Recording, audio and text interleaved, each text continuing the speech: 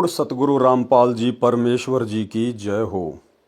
परम पिता परमात्मा सारी सृष्टि के रचनहार कुल मालिक असंख्य ब्रह्मांडों के स्वामी जगत गुरु तीनों लोकों में प्रवेश करके सबका भरण पोषण करने वाले राजाधिराज आत्माधार नाथों के नाथ देवों के देव महादेव सर्वेश्वर महेश्वर मृत्युंजय अजरो अमर आदि अनादि सनातनी प्रभु जगत पिता जगदीश्वर श्री श्री 1008 की उपाधि के वास्तविक अधिकारी अकाल मूर्त शब्द स्वरूपी राम वासुदेव सर्वगतम ब्रह्म परम पूज्य प्रथम पूज्य परम संत परम पुरुष परम धनी परम दयालु सत्य कबीर हक्का कबीर अल्लाहु अकबर बाखबर अल्लाह ताला जगत के तारणहार जगत के मुक्तिदाता जगत के जगन्नाथ हारे के सहारे हिंदुओं के राम मुसलमानों के अल्लाह सिखों के वाहिगुरु ईसाइयों के मसीह दया के सागर दया निधि करुणा के सागर करुणा निधि स्वयंभू परिभू संकट मोचन कष्ट हरण मंगल करण दुख भंजन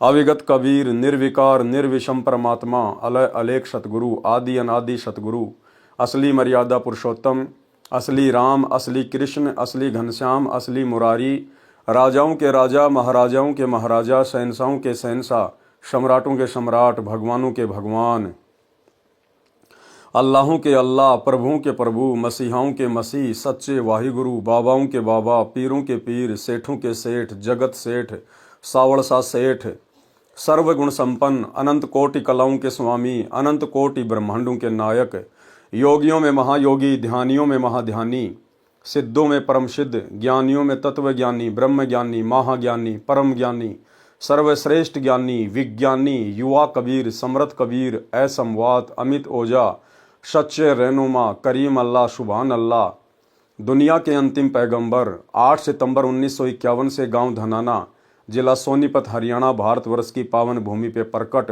रियल कल की भगवान श्री नारायण साकार हरि शब्द स्वरूपी राम संत श्रोमणी सतगुरु रामपाल जी परमेश्वर जी के चरण कमल में साध संगति से जुड़े हुए हम सभी देश विदेश में बैठे हुए सत्सेवक भाई बहनों की तरफ से अनंत कोटि दंडवत प्रणाम। सत्साई भाई और बहनों, दया परमपिता परमेश्वर जी की, सारी सृष्टि के पालनकर्ता की, सारी सृष्टि के रचयिता की, सारी सृष्टि के सृजनहार की सतगुरु रामपाल जी परमेश्वर जी की, यही वो परमेश्वर है जिसे हिंदू अपना भगवान कहते हैं।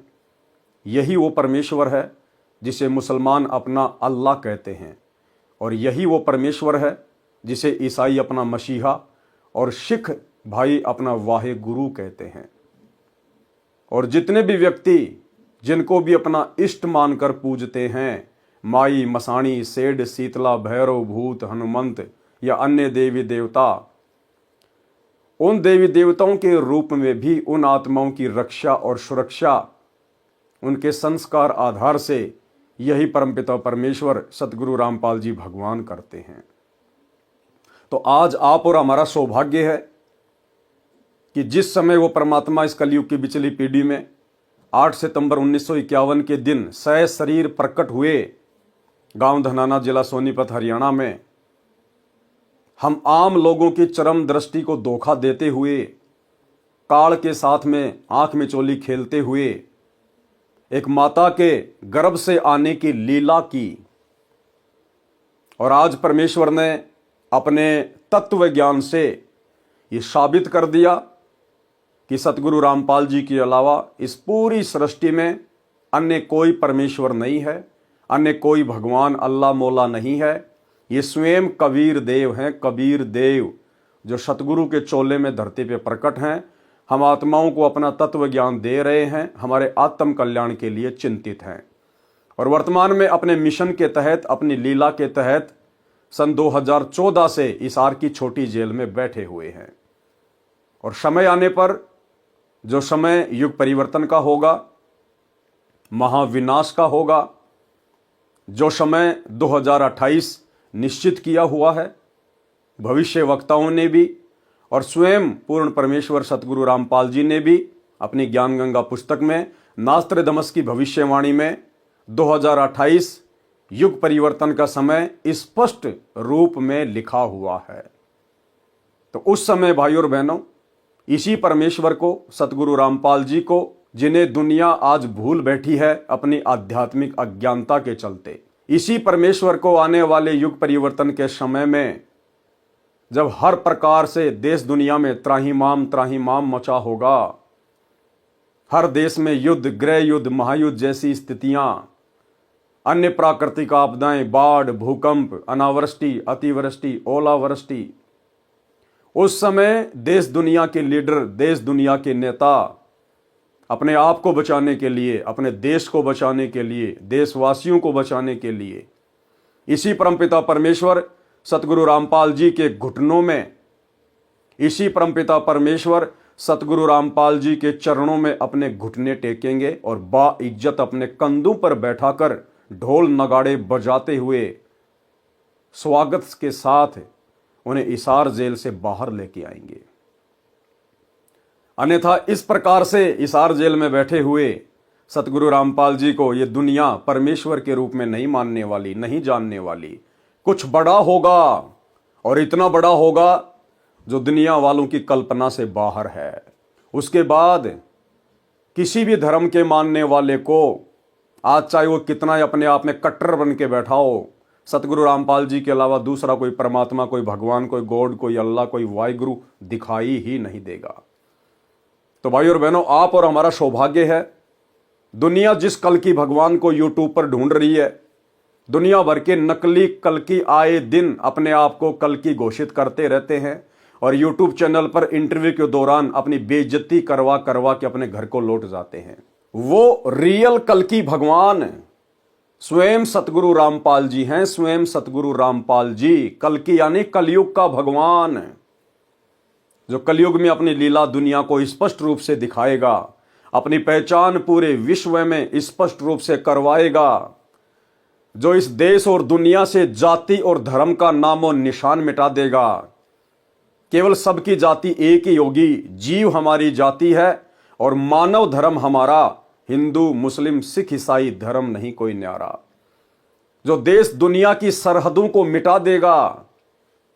पूरे विश्व में जितने भी देश हैं, जितनी भी आर्मी लगी हुई है, ये परमेश्वर सारी सेना को वहां से हटवा देंगे, पूरे विश्व को एक कर देंगे। कोई किसी का दुश्मन नहीं होगा, कोई किसी का शत्रु नहीं होगा, कोई किसी की जमीन पर या देश पर किसी भी प्रकार का कोई आक्रमण नहीं करेगा, कब्जा नहीं करेगा। सभी को अपने परमपिता परमेश्वर का पता चल जाएगा, ये मनुष्य जन्म प्राप्त करने के मकसद का पता चल जाएगा कि ये मनुष्य जन्म हमें इन जमीन के टुकड़ों के लिए मारकाट करने के लिए नहीं मिला, ये मनुष्य जन्म हमें मोक्ष प्राप्ति के लिए मिला है। और मोक्ष प्राप्त करवाने वाला भगवान केवल सृष्टि में एक ही है, जो वर्तमान में हरियाणा में गांव धनाना, जिला सोनीपत में सतगुरु रामपाल जी के रूप में सशरीर प्रकट हैं। क्योंकि ये स्वयंभू परमात्मा है, ये किसी मां के गर्भ से जन्म लेके नहीं आता। लीला ये परमात्मा कुछ भी कर सकता है, हम जीवात्माओं की चरम दृष्टि को धोखा देते हुए। लेकिन ये परमेश्वर था, परमेश्वर है और परमेश्वर रहेगा। तो आप और हम भाई बहनों का सौभाग्य, दुनिया जिसे ढूंढ रही है लेकिन आंखों के सामने है, पहचान नहीं रही, मान नहीं रही, और आप और हम भाई बहनों को उनकी शरण मिल चुकी है। हमें उस कल की भगवान की पहचान हो चुकी है।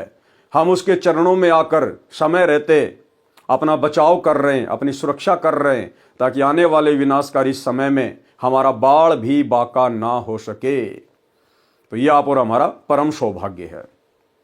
तो भाई और बहनों, कबीर सागर के सरलार्थ के ऊपर वीडियो बनाने की श्रृंखला जारी है। इसी श्रृंखला में आज हमारा ये 43 नंबर का वीडियो है। प्रत्येक वीडियो में सतगुरुदेव भगवान हमें कुछ न कुछ शिक्षा अवश्य उपलब्ध करवाते हैं, जिस आध्यात्मिक गूढ़ जानकारी को जानकर समझकर आप और हमारा आत्मविश्वास, दृढ़ता गुरुदेव भगवान के चरणों में दृढ़ होती रहती है। तो चलिए आज हम आगे बढ़ते हैं। गुरुदेव भगवान के कर कमल से लिखित पवित्र पुस्तक कबीर सागर का सरलार्थ, पेज नंबर है 386, अध्याय जैन धर्म बोध का सारांश। यानी जैन धर्म की शुरुआत कहां से हुई है, किसने की थी, और जैन धर्म वर्तमान में क्या है, क्या उसमें मोक्ष प्राप्त किया जा सकता है या बिल्कुल पाखंड चल रहा है अन्य धर्मों की तरह। कुछ विस्तृत जानकारी और संक्षेप में गुरुदेव भगवान हमें उपलब्ध करवा रहे हैं। अध्याय जैन धर्म बोध का सारांश। कबीर सागर में 31वां अध्याय जैन धर्म बोध, पेज नंबर 45, 1389 पर है। परमेश्वर कबीर जी ने जैन धर्म की जानकारी इस प्रकार बताई है। अयोध्या का राजा नाभिराज था, उसका पुत्र ऋषभ देव था जो अयोध्या का राजा बना। हिंदू धर्म से संबंधित भाई बहनों को केवल नॉर्मल सी जानकारी है कि पहले राजा खड़ग था, फिर राजा दलीप था, फिर राजा दशरथ था, फिर उसका बेटा रामचंद्र आया। बस केवल इतनी जानकारी है। गुरुदेव भगवान कह रहे हैं कि अयोध्या का राजा नाभिराज था। नाभिराज, उसका पुत्र था ऋषभदेव। ऋषभदेव जो सतयुग में अयोध्या का राजा बना।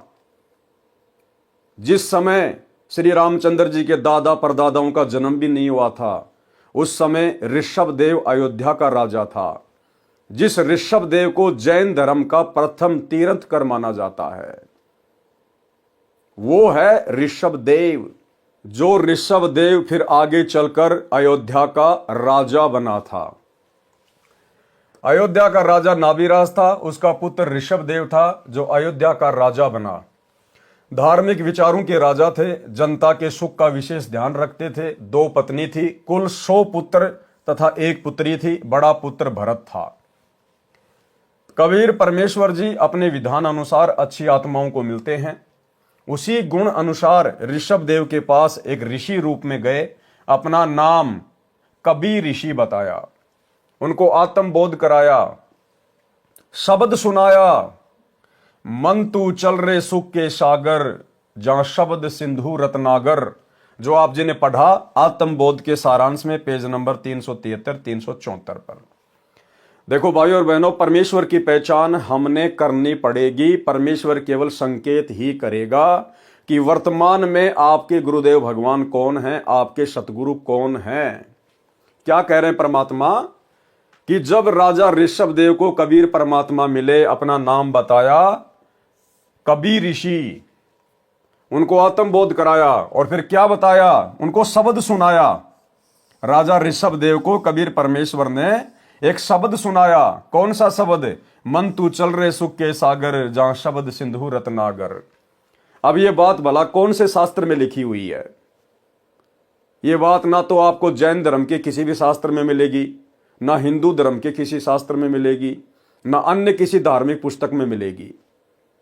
ये बातें कौन बता सकता है कि जब कबीर परमात्मा सतयुग में राजा ऋषभदेव को मिले भक्ति समझाने के लिए, आत्मबोध करवाने के लिए, तो उन्होंने क्या सुनाया था, कौन सा शब्द गाकर सुनाया था? ये गूढ़ जानकारी केवल वही बता सकता है जो सतयुग में राजा ऋषभदेव को कबीर ऋषि के नाम से मिला था। तो कौन बता रहे हैं आज? सतगुरु रामपाल जी। कौन हुए सतगुरु रामपाल जी? स्वयं कबीर परमेश्वर। शब्द सुनाया, मन तू चल रे सुख के सागर, जहां शब्द सिंधु रत्नागर। जो आप जी ने पढ़ा आत्मबोध के सारांश में, पृष्ठ 373, 374 पर, यानी पिछले वीडियो में। यह सत्संग सुनकर राजा ऋषभदेव जी की आत्मा को झटका लगा, जैसे कोई गहरी नींद से जागा हो। ऋषभदेव जी के कुल गुरु जो ऋषिजन थे, उनसे परमात्मा प्राप्ति का मार्ग जानना चाहा। उन्होंने ओम नाम तथा हठयोग करके तप करने की विधि दृढ़ कर दी। राजा ऋषभदेव को परमात्मा प्राप्ति करने तथा जन्म मरण के दुखद चक्कर से छूटने के लिए वैराग्य धारण करने की ठानी। अपने बड़े बेटे भरत जी को अयोध्या का राज्य दे दिया। ये रामचंद्र जी का भाई था भरत, वो अलग है, वो तो त्रेता में हुआ है। ये सतयुग की बातें चल रही है। अपने बड़े बेटे भरत जी को अयोध्या का राज्य दे दिया तथा अन्य पुत्रों को भी अन्य नगरियों का राज्य प्रदान करके घर त्याग कर जंगल में चले गए। परमेश्वर कबीर जी भी जंगल में गए। परमेश्वर कबीर जी जंगल में ऋषभदेव जी से फिर मिले और कहा कि हे भोली आत्मा, आसमान से गिरे और खजूर पर अटके, ये वाली बात चरितार्थ कर दी। यानी परमेश्वर ने कहा कि देख, मैं तेरे को मिला था, कबीर ऋषि के रूप में तेरे पास में आया था, मैंने तेरे को आत्मबोध कराया था, तेरे को सतलोक की जानकारी दी थी, तेरे को मैंने असली भक्ति बताई थी, और अब तू अपने कुल गुरुओं के चक्कर में आकर, उन नकली ऋषियों के चक्कर में आकर, जो केवल अपना पेट भरने के लिए, तेरे से दान दक्षिणा लेने के लिए तेरे को गुमराह करके बैठे हुए हैं, तो उनके चक्कर में आ गया और हमारी वाली भक्ति को त्याग दिया, तूने छोड़ दिया। और ये डले ढोने के लिए, ये व्यर्थ की साधना करके अपना जीवन बर्बाद करने के लिए तू राज्य त्याग कर वैराग्य धारण करके जंगल में भटक रहा है। लेकिन परमेश्वर ने बताया कि वो ऋषभ देव इस कदर उन गुरुओं के द्वारा भ्रमित हो चुका था कि उसने परमात्मा की एक भी बात नहीं मानी और परमात्मा वहां से चले गए। राज्य त्याग कर जंगल में निवास किया, परंतु साधना पूर्ण मोक्ष की प्राप्त नहीं हुई। ये तो जन्म मरण का चक्कर में रहने वाली साधना आप कर रहे हो। मेरे पास सत्य साधना है, आप मेरे से दीक्षा ले लो, आपका जन्म मरण सदा के लिए समाप्त हो जाएगा। तो ऋषभ देव जी ने क्या कहा? ऋषभ देव जी अपने गुरु जी के बताए मार्ग को पूर्ण रूप से सत्य मान चुके थे। उन नकली ऋषियों के द्वारा बताए गए भक्ति मार्ग को सत्य मान चुके थे। इसलिए उन्होंने कभी ऋषि की बातों पर विशेष ध्यान नहीं दिया। ध्यान देना भक्तों पॉइंट के ऊपर। इसलिए उन्होंने कभी ऋषि की बातों पर विशेष ध्यान नहीं दिया, यानी परमात्मा की बातों पर विशेष ध्यान नहीं दिया। प्रभु कबीर देव चले गए। भाई और बहनों, ये नियम है परमात्मा का, क्योंकि काल के साथ परमेश्वर का एग्रीमेंट है, उनका वचन है। काल ने कहा था कि आप नीचे जाओगे, अपना ज्ञान प्रचार करोगे, आत्माओं को सतलोक की जानकारी दोगे, सत भक्ति बताओगे। हे प्रभु, जो आपके ज्ञान को स्वीकार करे, आप केवल उन्हीं को सतलोक लेकर जाना, और जो आपके ज्ञान को स्वीकार ना करे, आपकी मर्यादा में आके जो भक्ति ना निभाए, आपकी भक्ति को हल्के में ले, आपकी मर्यादाओं को तोड़े, आप उसको जबरदस्ती सतलोक ना लेकर जाना। तो परमेश्वर ने कहा तथास्तु, ऐसा ही करूंगा। तो अपने उस एग्रीमेंट के अनुसार गुरुदेव भगवान ने, कबीर परमेश्वर सतगुरु रामपाल जी ने राजा ऋषभ देव के साथ में कोई जबरदस्ती नहीं की कि ठीक है भाई, मैंने तो तेरे को सही साधना बताने का प्रयास किया है, लेकिन तू मान ही नहीं रहा, तो कोई बात नहीं, जैसा तेरा भाग्य, जैसी तेरी किस्मत है। और कबीर देव वहां से चले गए। ठीक इसी प्रकार भाइयों और बहनों, वर्तमान में परमात्मा अपने भक्तों के साथ इस कलयुग की पिछली पीढ़ी में भी जबरदस्ती नहीं करेगा। सन 1994 से सतगुरु रामपाल जी परमेश्वर जी ने अपना यथार्थ 13वां कबीर पंथ शुरू करके और वर्तमान समय तक ठोक ठोक कर ज्ञान दे दिया है, कई बार रिवीजन भी करवा दिया है। अब यदि उनका कोई भगत उनकी मर्यादाओं को ठीक प्रकार से फॉलो नहीं करेगा, इस ज्ञान को हल्के में लेगा, भक्ति को सीरियस नहीं लेगा, बात बात पे मर्यादा तोड़ेगा, जैसे कि वर्तमान में गुरुदेव के कलयुगी परिवार के द्वारा, सतलोक आश्रम संचालकों के द्वारा, कोऑर्डिनेटरों के द्वारा आए दिन कुकर्म करके संगत की नित मर्यादा तोड़वाई जाती है। 2019 में बेचारे भगत समाज को कांग्रेस सरकार की गोद में बैठा दिया गया। बीजेपी का विरोध और कांग्रेस का समर्थन पूरे देश में जमकर संगत के कर्म फुड़वाए। वर्तमान 2024 में कांग्रेस को पीछे छोड़ दिया और बीजेपी सरकार की गोद में आ बैठे, भक्तों के जमकर कर्म फुड़वा रहे हैं, राजनेताओं की रैलियों में भेजकर उनका सपोर्ट करवाकर। धनाना गांव में अपने धनाना आश्रम को सही प्रकार से चलाने के लिए, ताकि गांव वाले विरोध ना करें, हमारा धार्मिक धंधा कहीं बंद ना हो जाए, धनाना गांव के बच्चों की फरमाइश पर भगत समाज के ज्योति पाठ और दान के पैसों से तकरीबन 1 करोड़ रुपए की लागत का बैडमिंटन का स्टेडियम बना दिया। जबकि सतगुरु रामपाल जी के तो यहां तक आदेश हैं, यदि कोई व्यक्ति ताश भी खेल रहा है तो ना ही आपने वहां बैठना है और ना ही आपने किसी प्रकार का कोई सहयोग करना है। बावजूद इसके संत रामपाल जी की मर्यादाओं की धज्जियां उड़ाते हुए उनके कलयुगी परिवार ने धनाना गांव में 1 करोड़ रुपए की लागत का बैडमिंटन का स्टेडियम बना दिया। धनाना आश्रम के अंदर 10 एकड़ जमीन में एक बहुत बड़ी हॉस्पिटल का काम शुरू कर दिया गया है, टोटल गुरुदेव के ज्ञान और विधान के विपरीत। और भी अन्य प्रकार से संगत की आए दिन मर्यादा तोड़वाई जा रही है। हरियाणा के गोहाना में एक जाट भवन का निर्माण कार्य चल रहा है। ऊपर का 5वां फ्लोर बनाने का पूरा जिम्मा सतगुरु रामपाल जी के बड़े बेटे वीरेंद्र पाल ने ले लिया, जिसमें तकरीबन 1 करोड़ रुपए की लागत लगेगी। भगत समाज के जमकर कुपात्रों को दान धर्म देकर कर्म फुड़वाए जा रहे हैं। तो भाई और बहनों, परमात्मा वर्तमान में कुछ नहीं बोलेगा। अगर आपने अपने गुरुदेव को भगवान मान लिया, परमात्मा मान लिया, तो परमात्मा अंतर्यामी होता है। हम रोज संध्या आरती में पढ़ते हैं लास्ट में, अंतर्यामी एक तुम आत्म के आधार, और जो तुम छोड़ो हाथ तो मोए कौन उतारे पार। तो हमारे गुरुदेव भगवान अंतर्यामी हैं, क्योंकि ये परमेश्वर हैं। इन्हें सब कुछ दिखाई दे रहा शीशे की तरह कि मेरी संगत में कौन मर्यादा तोड़ रहा है और कौन मेरे वचनों पर चल रहा है। लेकिन ये परमेश्वर एक आम संत की लीला करते हुए जैसे उन्हें कुछ पता ही नहीं है, जैसा उनको हिसार जेल में जाकर बताया जाता वे वैसा ही करते हैं, वे वैसा ही जवाब देते हैं। और परमेश्वर कुछ नहीं कह रहा अपने परिवार को, किसी भी प्रकार की उन्हें डांट नहीं मार रहा, उन्हें कोई भला बुरा नहीं कह रहा।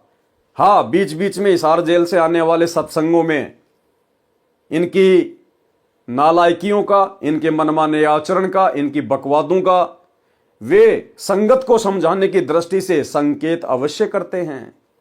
जैसा कि ऑडियो नंबर 67 में सतगुरु रामपाल जी ने स्पष्ट कर दिया कि आश्रम से जुड़े हुए भगत बिल्कुल भी मर्यादा में नहीं है, जगत वालों से भी गए गुजरे हैं, जगत वालों से भी गए गुजरे, अपनी गुरु बहनों को भी नहीं छोड़ रहे, उनके साथ में भी घटिया हरकतें, गंदी हरकतें कर रहे हैं। और स्पष्ट कर दिया गुरुदेव ने कि तुम पक्के काल के एजेंट बन चुके हो, पक्के काल के एजेंट। ये 2 मिनट की ऑडियो सुन लीजिए। विचार करना होगा कि हम कौन है, कहां से आए। आपस में खेचातानी रखते हो अभी भी भगत हो गए। अच्छे इंसान तो जगत वाले भी ना करते ऐसा जैसे भगत कर रहे हैं। अच्छे इंसान तो जगत वाले भी ना करते ऐसा जैसे भगत कर रहे हैं। अच्छे इंसान तो जगत वाले भी ना करते ऐसा जैसे भगत कर रहे हैं। किसी को छोटी सी सेवा दे देते, कोऑर्डिनेटर बना दिया, उन्होंने सोचा मैं खुदा बन गया। और इतना शिक्षा तो बने, मजदूर बनो सीखो, मजदूर। और कई देखा है कि कोऑर्डिनेटर या जिसकी जो भी व्यवस्था लगाई जाती है, व्यवहार भी ठीक नहीं करते, धमकान लग जाते, फुरकान लग जाते। और कुछ ऐसी भी शिकायतें आई हैं जो बहन बेटियों के साथ गलत मैसेज भी डालते हैं। तो वो दुष्ट लोग ना तो कोऑर्डिनेटर के योग्य है, ना वो भगत के योग्य। और कुछ ऐसी भी शिकायतें आई हैं जो बहन बेटियों के साथ गलत मैसेज भी डालते हैं। तो वो दुष्ट लोग ना तो कोऑर्डिनेटर के योग्य है, ना वो भगत के योग्य। और कुछ ऐसी भी शिकायतें आई हैं जो बहन बेटियों के साथ गलत मैसेज भी डालते हैं। तो वो दुष्ट लोग ना तो कोऑर्डिनेटर के योग्य है, ना वो भगत के योग्य। तो ऐसा तो संगत माई कुसंगत उपजेगी, और ऐसी कुसंगत होगी फिर हम रखेंगे नहीं उसको खेत में। किसान उस कुबाड़ को पाड़ कर खेत तो बाहर फेंक देता है, तो उसको आप मिशन से निकाल दिया जाया करेगा। सुधर जाओ, एक के नहीं सुनी जाया करती, दिशात्मक शिक्षा दी जाती है, अमल कर लो इन पे। कर्म बतेरे फोड़ लिए, इस ज्ञान का असर क्या हुआ? थोड़ा सा सुख होते हो फिर पक्के एजेंट काल के बन जाते हैं, बकवाद वही करनी, भगवान से दूर हो जाना। थोड़ा सा सुख होते हो फिर पक्के एजेंट काल के बन जाते हैं, बकवाद वही करनी, भगवान से दूर हो जाना। थोड़ा सा सुख होते हो फिर पक्के एजेंट काल के बन जाते हैं, बकवाद वही करनी, भगवान से दूर हो जाना।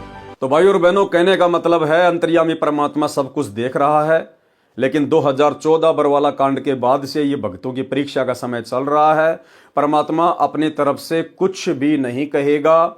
जो जैसा वर्तमान में बीज बोएगा, उनके ज्ञान को जिसने जैसा समझा होगा, आने वाले समय में वो भगत वैसी ही अपने कर्मों की फसल काटेगा। इसलिए उन्होंने कबीर ऋषि की बातों पर विशेष ध्यान नहीं दिया। प्रभु कबीर देव चले गए। राजा ऋषभ देव जी पहले 1 वर्ष तक निराहार रहे, फिर 1000 वर्ष तक हठ योग तप किया। उसके पश्चात दीक्षा देने लगे। उन्होंने प्रथम दीक्षा अपने पुत्र मारीची को दी, जो भरत का पुत्र था। मारीची वाला जीव ही आगे चलकर 24वें तीर्थकर बने, जिनका नाम महावीर जैन था। यानी राजा ऋषभदेव का पुत्र था भरत, और भरत का जो बेटा था मारीच, वही आत्मा इस कलयुग में आगे चलकर जैन समाज के जो 24वें तीर्थंकर हैं महावीर जैन, वो बने।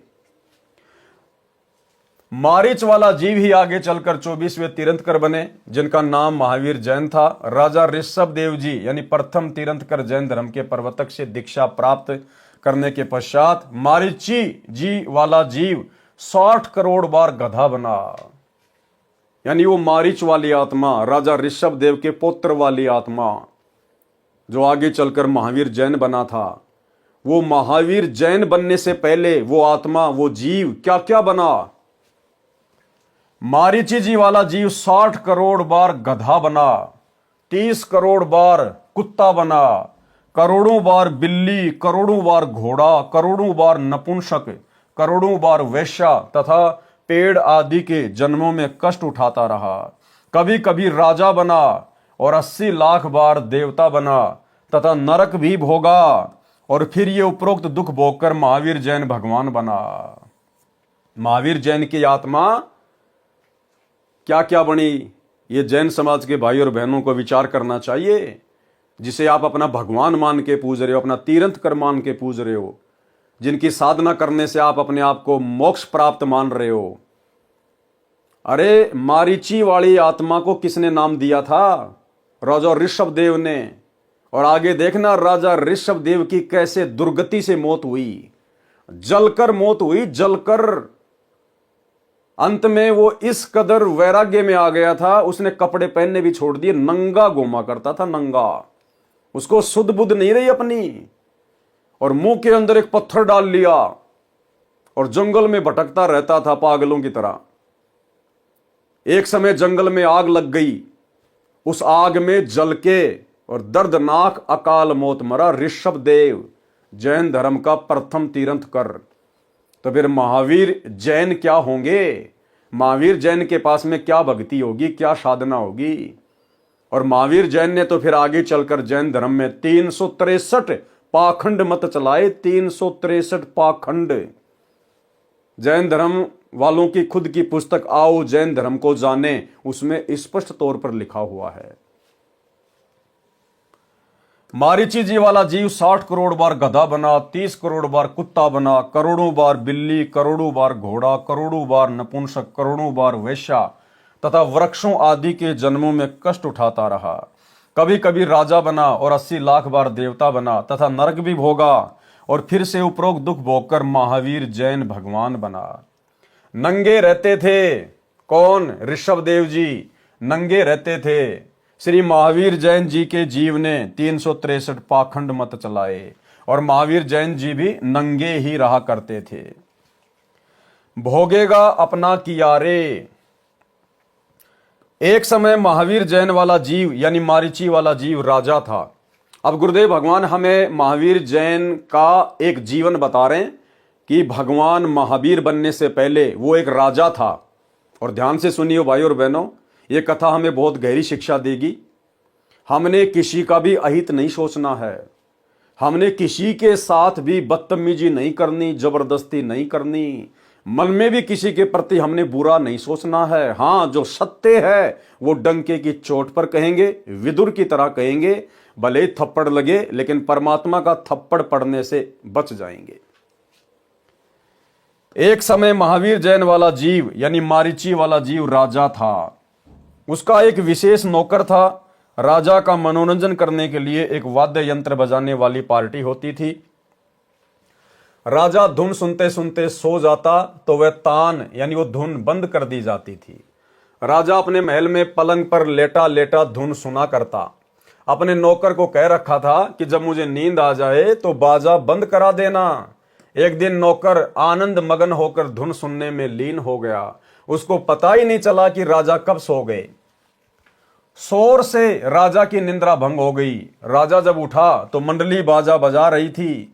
राजा को गुस्सा आया, उस नौकर को दंडित करने का आदेश सुना दिया कि इसने मेरे आदेश को अनसुना किया है।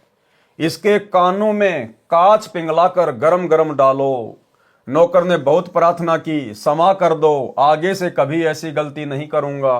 परंतु अहंकार वश राजा ने उसकी एक नहीं सुनी और सिपाहियों ने उस नौकर को पकड़कर जमीन पर लेटाकर दोनों कानों में पिघला हुआ गर्म कांच यानी शीशा डाल दिया। नौकर की चीख हृदय विदारक थी, महीनों तक दर्द के मारे रोता रहा। उसके बाद समय आने पर राजा का देहांत हुआ, यानी महावीर जिस जन्म में राजा था, समय आने पर फिर वो राजा वाला शरीर भी छूट गया, यानी राजा भी मरा। समय आने पर राजा का देहांत हुआ। फिर वही जीव यानी वही महावीर जैन वाली आत्मा, फिर वही जीव महावीर जैन रूप में जन्मा। घर त्याग कर जंगल में साधना करने लगा। उसी क्षेत्र में एक व्यक्ति अपनी गायों को घास चराने ले जाता था। दोनों में मित्रता हो गई। वह व्यक्ति गांव से भोजन ले आता था, महावीर जी को खिलाता था। एक दिन उस गोपाल को किसी कार्यवश घर जाना पड़ा, तो उसने साधक से कहा, यानी महावीर जैन से कहा कि मेरे को गांव जाकर आना है, आप मेरी गायों का ध्यान रखना, कहीं गुम ना हो जाए। महावीर जी ने आश्वासन दिया कि आप निश्चिंत होकर जाओ, मैं ध्यान रखूंगा। महावीर जी साधना करने लगे, उनको ध्यान नहीं रहा। गायें दूर जंगल में चली गई। जब वह ग्वाला आया और साधक से पूछा कि मेरी गायें कहाँ हैं, तो साधक निरुत्तर हो गए और कारण बताया कि मैं साधना में लगा था और ध्यान नहीं रहा। ग्वाले को पता था कि गायें जंगल में गहरा जाने के पश्चात जीवित नहीं बचती, क्योंकि वहां शेर, चीते आदि खूंखार जानवर बहुत संख्या में रहते थे। अपने धन की हानि का कारण साधक को मानकर, यानी महावीर जैन को मानकर, बांस की लाठी को तोड़कर उससे पतली पतली दो टुकड़ी 2 इंच लंबी लेकर साधक को पकड़कर, यानी महावीर जैन को पकड़कर बलपूर्वक जबरदस्ती धरती के ऊपर गिराकर दोनों कानों में वे टुकड़ी ठोककर अंदर तोड़ दी। भाइयों और बहनों, वो ग्वाला वही नौकर था जिस नौकर के कानों में गरम गरम शीशा पिघलाकर, और महावीर जैन ने जब वो राजा था एक जन्म में, उस नौकर के कानों में डलवाया था। परमात्मा कहते हैं, बदला कहीं ने जात है 3 लोक के माही। तुमने उस दरगाह का महल नहीं देखा, धर्मराज के तिल तिल का लेखा। साधक बुरी तरह से चिल्लाता रहा, महावीर जैन बुरी तरह से चिल्लाता रहा। वह ग्वाला चला गया, फिर उधर कभी नहीं गया।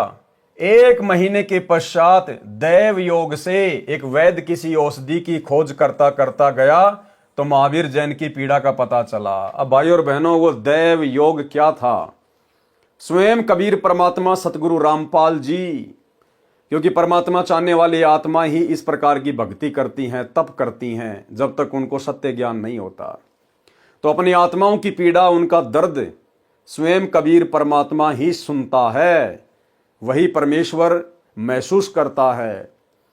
तो कबीर परमेश्वर सतगुरु रामपाल जी एक वैद्य का रूप बनाकर और जंगल में जड़ी बूटियां लेने के बहाने उस महावीर जैन के पास में पहुंच गए, और परमेश्वर ने उसकी वो लकड़ियां जो कानों में फंसा रखी थी, तोड़ रखी थी, परमेश्वर ने वो लकड़ियां निकाली, दवाइयां लगाई, औषधि लगाई, तब कहीं जाकर महावीर जैन धीरे धीरे धीरे धीरे ठीक हुआ।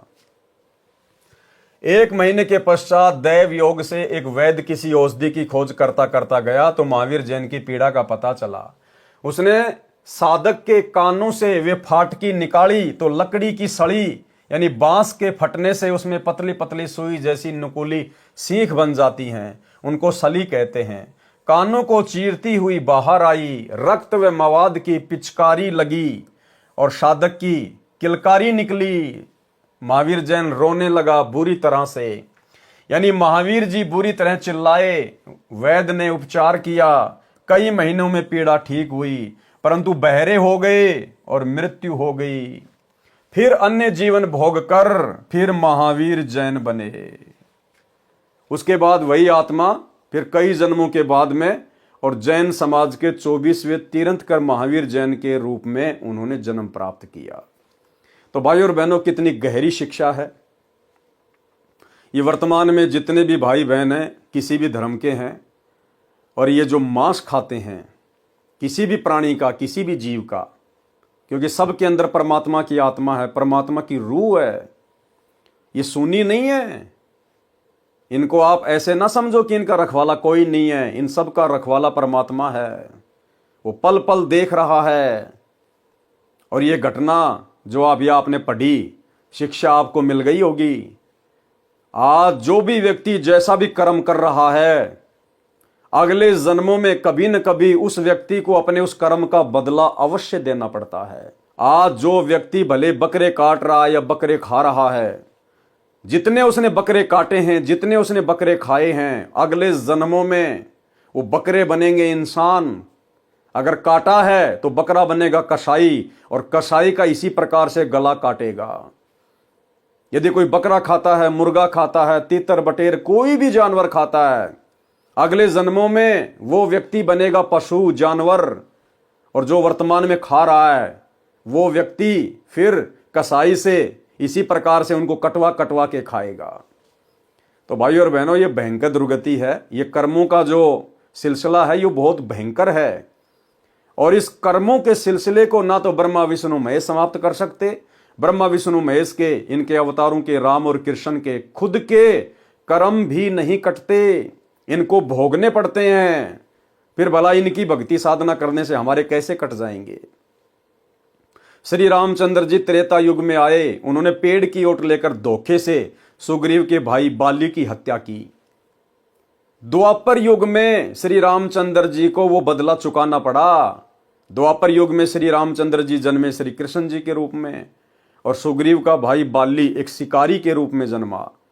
और अंत में उसी प्रकार जब श्री कृष्ण जी एक पेड़ के नीचे सोए हुए थे, पैर पे पैर रख के, उनके पैर में एक पदम था जो चमका करता था, और वो बाली जो शिकारी बना हुआ था वो जंगल में गया हुआ था, पूरा दिन उसको शिकार नहीं मिला।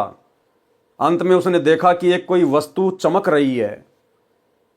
झाड़ियां थी, पेड़ के पत्ते थे, तो उसने सोचा कि ये कोई जानवर है, कोई हिरण है, और उसकी आंख चमक रही है सूर्य के प्रकाश से। और यदि मैं आवाज करूंगा, शोर करूंगा, तो हो सकता है ये भाग जाएगा, और आज पूरा दिन हो गया, शिकार मुझे मिला नहीं। तो हिरण की आंख समझकर श्री कृष्ण जी के उस पदम वाले पैर में उस बाली वाली आत्मा ने, उस बालिया नाम के शिकारी ने तीर मार दिया, जहरीला, जहर से बुझा हुआ तीर। श्री कृष्ण जी की तड़फ तड़फ कर मृत्यु हो गई। तो जब ये तीन लोक के भगवान ही अपना कर्म नहीं काट सकते, तो अपने भक्तों का कहां से काट देंगे।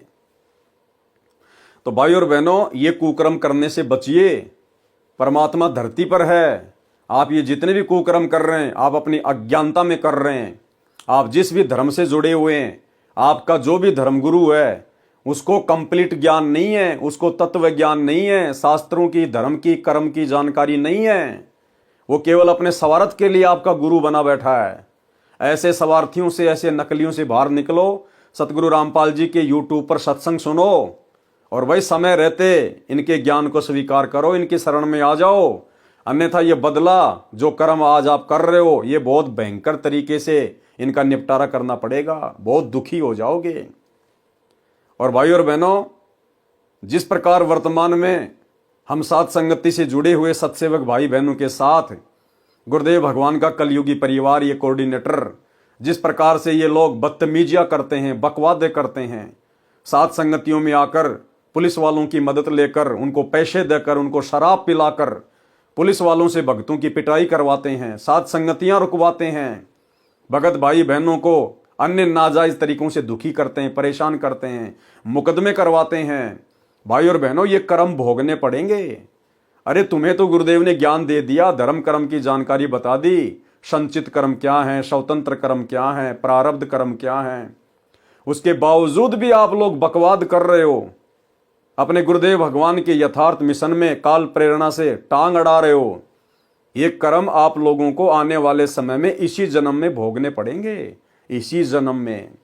ये विधान है परमात्मा का। ये भगवान, ये कबीर देव, सतगुरु रामपाल जी किसी का सागा नहीं है। आप रोजाना नित्य नियम करते हो, लेकिन वाणियों का ध्यान नहीं आपको, क्या बोल जाते हो, वाणियों का अर्थ क्या है। परमात्मा कहते हैं परम शक्ति संगीतम रिद्धि सिद्धि दाता सोही अविगत गुण अतीतम सत्य पुरुष निर्मोही। सत्य पुरुष कौन? सतगुरु रामपाल जी। निर्मोही, उनको किसी का मोह व्याप्त नहीं है। जैसा जीव करेगा वैसा ही परिणाम भोगना पड़ेगा। तो भाई अपनी दुर्गति मोल मत लीजिए जबरदस्ती। गुरुदेव भगवान से अपने कुकर्मों की माफी मांगिए।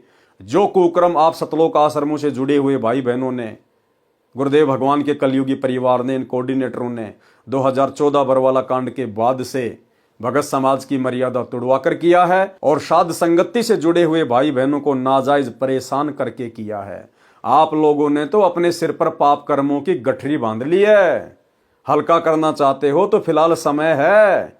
गुरुदेव भगवान से क्षमा याचना मांग लो। इन बकवादों से दूर हट जाओ, इन आश्रमों से दूर हट जाओ। साथ संगति से जुड़कर ज्ञान को आधार बनाकर, गुरु को भगवान बनाकर और घर को आश्रम बनाकर भक्ति कर दो, वरना दुर्गति तुम्हारे दरवाजे पर दस्तक दे चुकी है। महावीर जैन जी ने 363 पाखंड मत चलाए, यानी मनमाना आचरण। महावीर स्वामी ने जो भक्ति बताई, जो आज वर्तमान में पूरा जैन समाज कर रहा है, उस भक्ति का किसी भी शास्त्र से कोई मेल नहीं है, केवल पाखंड है, पाखंड मत। महावीर जैन जी ने 363 पाखंड मत चलाए और खुद जैन धर्म की पुस्तक आओ जैन धर्म को जाने, उसमें स्पष्ट तौर पर लिखा हुआ है कि महावीर जैन ने 363 पाखंड मत चलाए।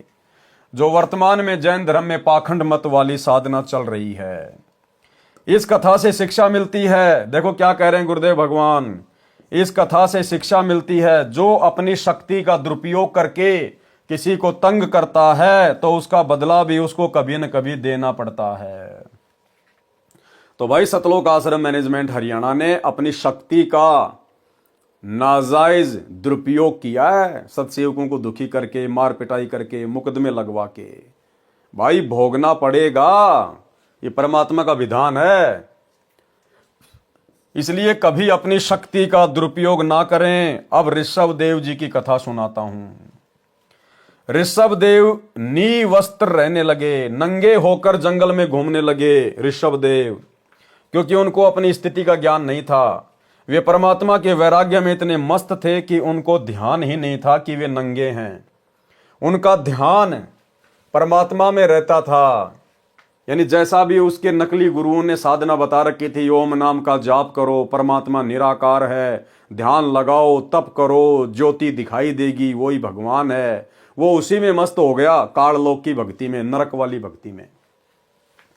वर्तमान में जैनी महात्माओं ने वह नकल कर ली और नंगे रहने लगे। ये मात्र परंपरा का निर्वाह है। ये जैन समाज में जो लोग नंगे रहकर साधना करते हैं, जो इनके साधु हैं, ये वहां से ये रोग लगा है। अरे वो ऋषभ देव तो नंगा इसलिए रहता था क्योंकि वो तो एक प्रकार से पागल हो चुका था। वो तो काल की भक्ति के ऊपर आसक्त हो चुका था। उसको अपनी कोई शुद्ध बुद्धि नहीं थी, इसलिए वो नंगा होके घूम रहा था, अपनी तरफ से नहीं। उसको पता ही नहीं था कि मैंने कपड़े पहन रखे हैं कि नहीं पहन रखे हैं, जैसे एक पागल व्यक्ति की स्थिति हो जाती है। और वर्तमान के जैन साधुओं ने उसी बात को लेकर कि ऋषभ देव जी नंगे होकर जंगल में साधना करते थे, उसी बात को पकड़ लिया और पशु की तरह नंगे होके घूमते रहते हैं। शर्म भी नहीं है इनको। अरे अगर नंगे रहकर ही भगवान प्राप्ति होती है तो मेरे भाई ये जितने भी जानवर हैं, ये तो कभी जिंदगी में कपड़े पहनते ही नहीं। अरे तुम जैन धर्म के साधु महात्मा कम से कम अपने गुप्तांग के आगे वो पांख वगैरह तो कर लेते हो, वो चवर वगैरह तो तुम जो है लगा लेते हो। ये जानवर तो कुछ नहीं करते, ये तो पैदाइशी नंगे हैं। तो ये तो तुमसे पहले मोक्ष प्राप्त करेंगे। अगर नंगा रहकर फिरने से ही भगवान मिलता है तो भाई ये पाखंड है, पाखंड, मनमाना आचरण है। इस प्रकार नंगा रहकर घूमने से परमात्मा प्राप्ति नहीं होती। हमें परमेश्वर ने मनुष्य जन्म दिया है, हम जानवर नहीं है, पशु नहीं है। और ये मनुष्य जन्म क्यों दिया है? ताकि हम जानवरों जैसी हरकतें ना करें। हमें परमेश्वर ने विशेष बुद्धि दी है, शरीर को ढकने के लिए परमेश्वर ने कपड़े बनवाए हैं।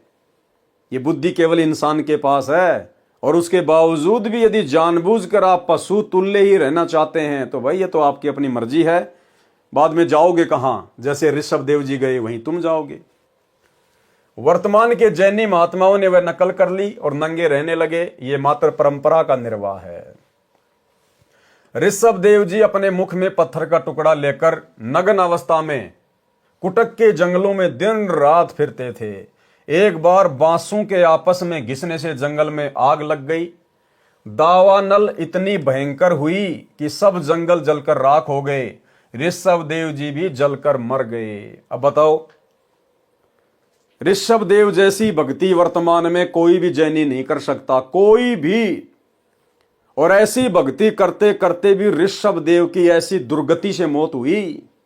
कौन चाहेगा ऐसी मौत? तो वर्तमान के जैनी तो समझ जाओ फिर तुम्हारा क्या होगा जब तुम्हारे जैन धर्म के प्रथम तीर्थंकर की ऐसी दुर्गति से मौत हुई है, जो भक्ति तुम कर भी नहीं सकते वर्तमान में। इतना त्याग, इतना वैराग्य तुम्हारे अंदर नहीं है। और जब ऋषभ देव की ऐसी दुर्गति से मौत हुई अंत में जलकर, तो सोचो वर्तमान का जैन समाज कहां जाएगा, जो महावीर जैन के द्वारा चलाए गए 363 पाखंड मत के आधार से भक्ति कर रहा है। ऋषभ देव जी का जीव ही बाबा आदम के रूप में जन्मा। वो ऋषभ देव की जो आत्मा थी फिर आगे चलकर वो बाबा आदम के रूप में जन्मा, जो मुसलमानों, ईसाइयों तथा यहूदियों का प्रथम पुरुष तथा नबी माना जाता है। यानी ऋषभ देव की आत्मा ही फिर आगे चलकर बाबा आदम के रूप में जन्मी। बाबा आदम के रूप में मुसलमान और ईसाई जिसे अपना बाप कहते हैं, जिसे प्रथम पुरुष कहते हैं, सभी इंसानों का बाप कहते हैं। तो भाई बाबा आदम की आत्मा उससे पहले तो ऋषभ देव के शरीर में थी, और ऋषभ देव के शरीर से पहले ना जाने गधे के शरीर में भी थी, कुत्ते के शरीर में भी थी। क्योंकि बिना सतभक्ति के तो 84 लाख योनियां ना जाने हमने कितनी बार भोग ली, कितनी बार हमने काट ली है। तो भाई ये जो जीवन चक्र है ये ना जाने कितने अरबों खरबों युगों से चलता हुआ आ रहा है, जब से हम सतलोक से बिछुड़ कर आए हैं। तो भाई इस चक्कर से बाहर निकलो, यथार्थ ज्ञान से परिचित हो जाओ। सतगुरु रामपाल जी के यूट्यूब पर सत्संग सुनना शुरू कर दो। अपनी दुर्गति करवाने से बचो, आने वाला समय बहुत भयंकर है। त्राइमाम मचेगी। जब ऋषभ देव जी अपने आप को नहीं बचा पाए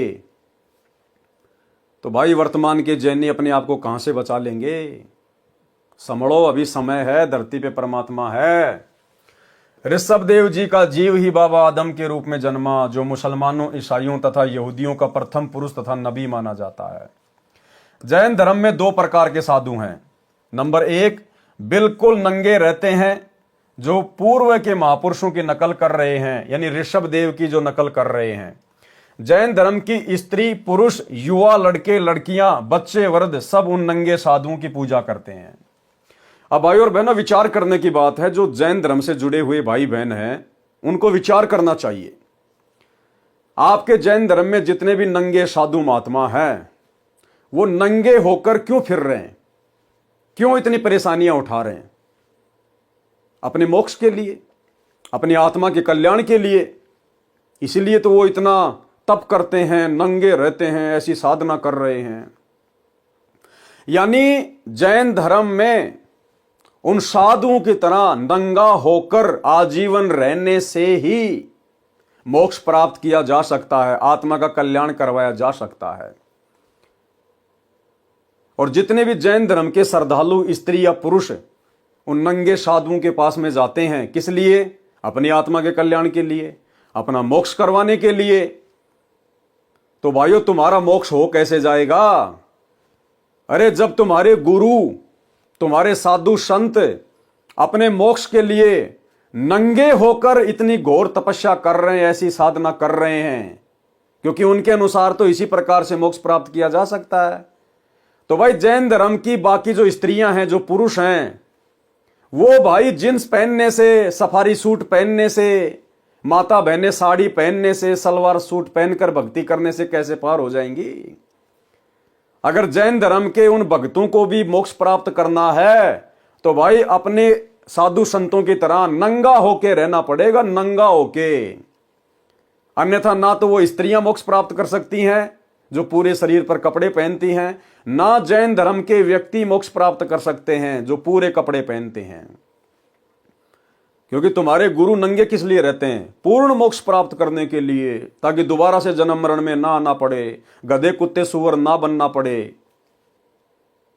तो भाई तुम लोग फिर कपड़े पहन के और उन साधुओं की सेवा करके तुम कैसे मोक्ष प्राप्त कर लोगे?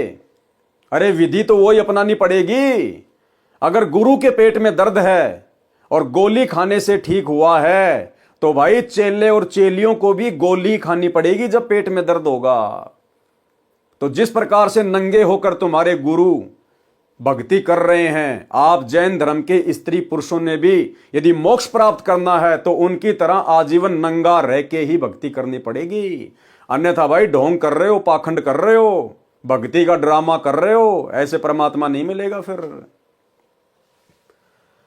बिल्कुल नंगे रहते हैं जो पूर्व के महापुरुषों की नकल कर रहे हैं। जैन धर्म की स्त्री पुरुष, युवा लड़के लड़कियां, बच्चे वृद्ध सब उन नंगे साधुओं की पूजा करते हैं। इनको दिगंबर साधु कहा जाता है। दिगंबर यानी जो शरीर पर वस्त्र नहीं पहनते उनको दिगंबर कहते हैं।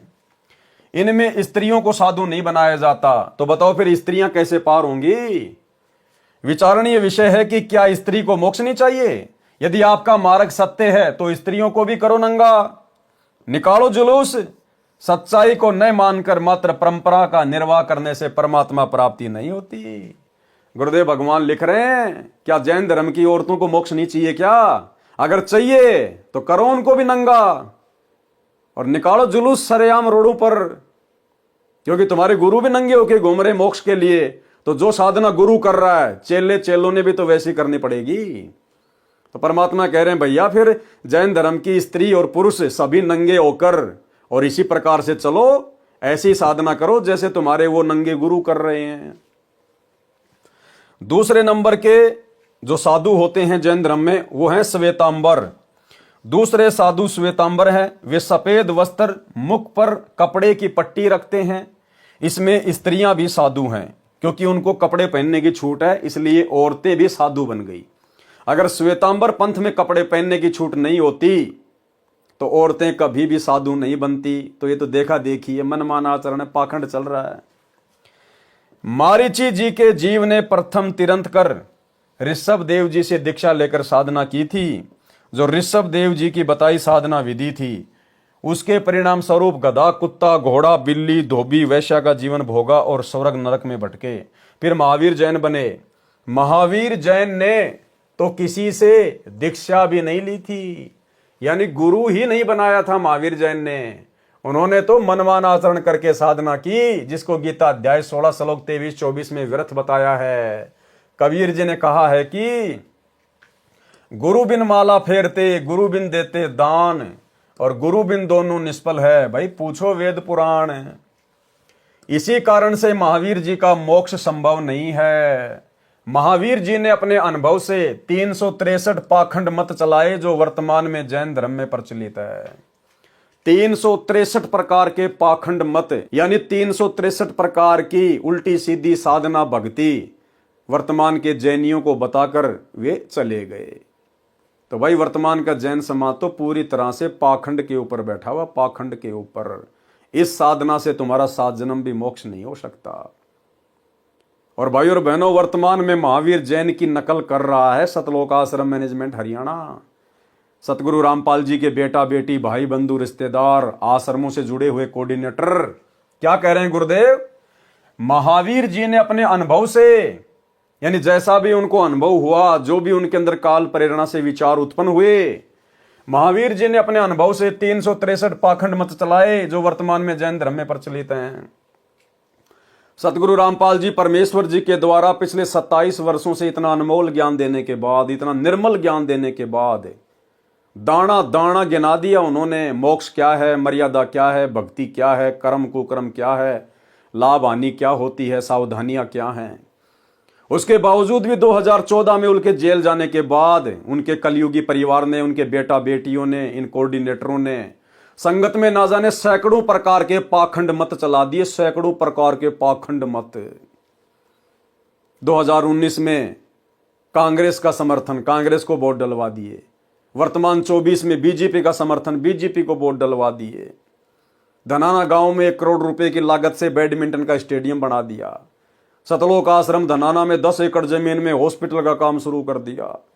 धनाना गांव वालों के लिए कबड्डी के मैच करवाए जाते हैं। गुरुदेव का बड़ा लड़का 31 हजार रुपये ट्रॉफी में देता है। धनाना गांव वालों के लिए फ्री में एम्बुलेंस चला दी।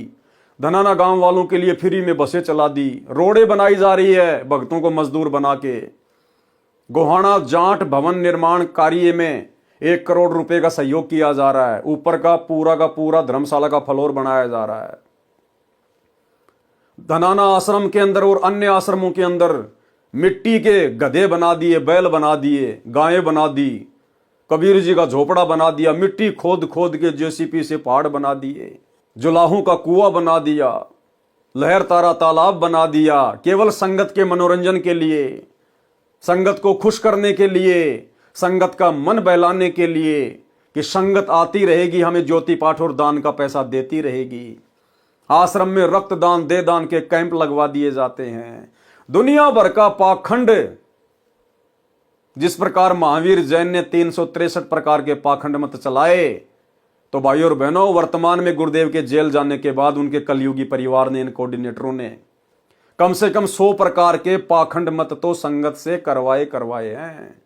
तो महावीर जैन में और सतगुरु रामपाल जी के कलयुगी काल प्रेरित परिवार में किसी प्रकार का कोई अंतर नहीं है। महावीर जी ने अपने अनुभव से 363 पाखंड मत चलाए जो वर्तमान में जैन धर्म में प्रचलित है। विचार करें महावीर जैन की आगे क्या दुर्दशा हुई होगी, इसी प्रकार इन आश्रम वालों की क्या दुर्दशा होगी। यह स्पष्ट है क्योंकि राजा ऋषभदेव वेदोनुसार साधना करते थे। वही दीक्षा मारीची जी को दी थी। वेदोनुसार साधना करने से मारीची वाले जीव को ऊपर लिखित लाभ हानि हुई, जन्म मरण जारी है। तो महावीर जी ने तो वेदों के विरुद्ध साधना विधि त्याग कर मनमान आचरण किया था। गुरु से दीक्षा भी नहीं ली थी। उनको तो शौपन में भी स्वर्ग नहीं मिलेगा, यानी सीधे नरक में गए हैं। महावीर जैन की आत्मा मरने के बाद सीधी नरक में गई है, फिर 84 लाख योनियों में। क्योंकि ये जो बातें बताई जा रही हैं किसी आम व्यक्ति, आम संत के द्वारा नहीं बताई जा रही। सभी आत्माओं के उत्पत्ति करता, सभी का लेखा जोखा रखने वाले, सभी के कर्मों का हिसाब किताब रखने वाले पूर्ण ब्रह्म परमात्मा कबीर देव सतगुरु रामपाल जी के द्वारा बताई जा रही हैं, लिखी जा रही हैं। उनको तो शौपन में भी स्वर्ग नहीं मिलेगा। अन्य वर्तमान के जैनी भाई बहनों को क्या मिलेगा। जैनी मानते हैं कि सृष्टि का कोई कर्ता नहीं है, इस दुनिया को बनाने वाला कोई भगवान नहीं है, कोई परमात्मा नहीं है। ये अनादिकाल से चली आ रही है। नर मादा के संयोग से उत्पत्ति होती है और मरते हैं। जैनी मूर्ति पूजा में विश्वास रखते हैं, किसी परमात्मा की मूर्ति नहीं रखते। जिनको हिंदू समाज प्रभु मानता है, जैसे श्री विष्णु जी, श्री शिव जी, श्री ब्रह्मा जी या देवी जी, ये अपने तीर्थंकर को ही प्रभु मानते हैं। उन्हीं की मूर्ति मंदिरों में रखते हैं। ओम मंत्र का स्वरूप तथा उच्चारण बिगाड़ कर ओंकार को रणोकार बनाकर जाप करते हैं। जो स्त्री या पुरुष श्वेतांबरों से दीक्षा लेता है, उनके सिर तथा दाढ़ी के बाल हाथों से नोच नोच कर उखाड़ते हैं। अब बताओ, ऐसे बाल खींच खींच के पाड़ने से भगवान मिलता है क्या? कौन से शास्त्र में लिखा हुआ है? अरे ऋषभदेव जो था वो तो एक प्रकार से पागल हो गया था। उसको तो वैराग्य हो गया था। उसको शुद्ध बुद्धि नहीं थी अपनी। नंगा होके घूमता था, अपने बाल वगैरह नोचता था, पाड़ता था, जैसे कोई पागल व्यक्ति ऐसी हरकतें करता है। तो वर्तमान का जो जैन समाज है, उन्हीं से शिक्षा लेकर कि हमारे जो प्रथम तीर्थकर थे उन्होंने इस प्रकार से भक्ति की थी और वैसी भक्ति करेंगे तो ही हमारा भला होगा। ना भला उनका हुआ, ना भला आपका होने वाला। उनके सिर तथा दाढ़ी के बाल हाथों से नोच नोच कर उखाड़ते हैं। महान पीड़ा होती है। भक्ति में शरीर को अधिक कष्ट देना लाभदायक मानते हैं। इस तरह की साधना तथा विधान निराधार तथा नरकदायक है। मोक्ष तो शौपन में भी नहीं है।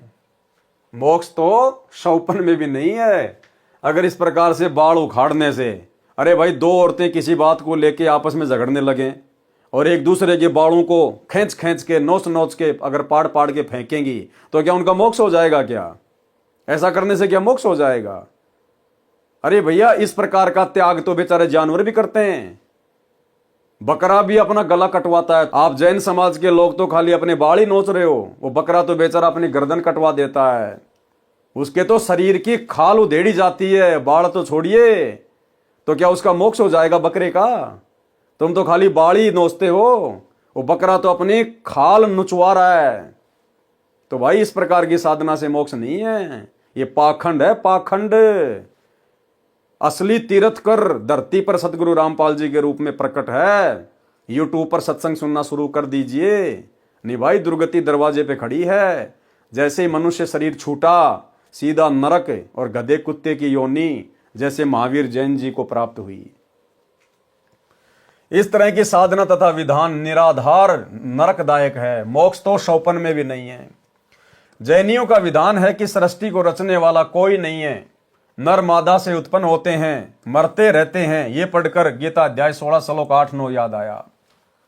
जैनी मानते हैं कि सृष्टि का कोई रचयिता नहीं है, स्त्री और पुरुष से, नर मादा से ऐसे उत्पत्ति होती है। अरे तो नर और मादा भी तो कहीं से उत्पन्न हुए होंगे। चलो तुम देख रहे हो कि बच्चे नर और मादा से उत्पन्न होते हैं, अरे तो शुरुआत में वो नर और मादा भी तो कहीं से उत्पन्न हुई होगी। वो कहां से आए थे? सबसे पहले जो नर और मादा थे उनको किसने उत्पन्न किया? जैसे आप लोग सवाल करते हो ना कि पहले मुर्गी आई या फिर अंडा आया, तो कोई कहते हैं कि पहले अंडा आया, तो लोग कहते हैं फिर बिना मुर्गी के अंडा कहां से आया। और कोई कह देता कि पहले मुर्गी आई, तो कहते हैं फिर बिना अंडे की मुर्गी कहां से आई। तो भाई तुम्हारा गोलमोल विधान है, अभी तुम्हें सृष्टि रचना का ज्ञान नहीं है। सृष्टि रचना के लिए संत रामपाल जी के यूट्यूब पर सत्संग सुनिए कि पहले मुर्गी आई या अंडा आया, पहले नर आया या मादा आई। ये सारी की सारी जानकारी आपको यूट्यूब पर सतगुरु रामपाल जी के सत्संगों में मिलेगी। सृष्टि रचना संत रामपाल जी महाराज, यूट्यूब पर जाकर इस प्रकार से सर्च करेंगे, आपको सृष्टि रचना के अनेकों वीडियो दिखाई देंगे, उनको सुनिए, परमाणु के साथ में है। गीता अध्याय 16 श्लोक 8, वे आसुरी यानी राक्षस प्रकृति वाले कहा करते हैं कि जगत आश्रय रहित है, यानी जगत को रचने वाला कोई नहीं है, जैसा कि जैन समाज वाले मानते हैं। असत्य तथा बिना ईश्वर के अपने आप केवल स्त्री पुरुष के संयोग से उत्पन्न होता है। केवल काम यानी सेक्स ही इसका कारण है, इसके सिवा क्या है। गीता अध्याय 16 श्लोक 9, इस मिथ्या ज्ञान को अवलंबन करके जिनका स्वभाव नष्ट हो गया है, जिनकी बुद्धि मंद है यानी ज्ञानहीन है, सबका बुरा करने वाले यानी भ्रमित करके गलत ज्ञान गलत साधना द्वारा अनमोल जीवन नष्ट कराने वाले, क्रूर कर्मी, सर्व बालों को नोच नोच कर उखाड़ना, निर्वस्त्र फिरना, गर्मी सर्दी से शरीर को बिना वस्त्र के कष्ट देना, व्रत करने के मकसद से कई कई दिन तक भोजन न करना, फिर संथारा द्वारा भूखे प्यासे रहकर देहांत करना, आदि आदि क्रूर कर्म है, बहुत घटिया कर्म है, निंदनीय कर्म है। ऐसे क्रूर कर्मी मनुष्य केवल जगत के नाश के लिए ही उत्पन्न होते हैं। महावीर जैन और जितने भी तीर्थंकर है, ये तो संसार के सत्यानाश के लिए पैदा हुए थे, जो एक समाज को उल्टी साधना के ऊपर लगाकर चले गए, पाखंड मत के ऊपर आधारित करके चले गए। जिस प्रकार हिंदू समाज के नकली साधु संत महात्मा, इन्होंने समाज में श्राद्ध निकलवाने शुरू कर दिए, क्योंकि जो साधना उन्होंने बताई थी उससे हमारे पूर्वज मुक्ति तो प्राप्त कर नहीं पाए। मरने के बाद कोई भूत बन गया, कोई प्रेत बन गया, कोई पितर बन गया, कोई 84 में चला गया, फिर उनके श्राद्ध निकलवाने शुरू कर दिए अपना पेट भरने के लिए।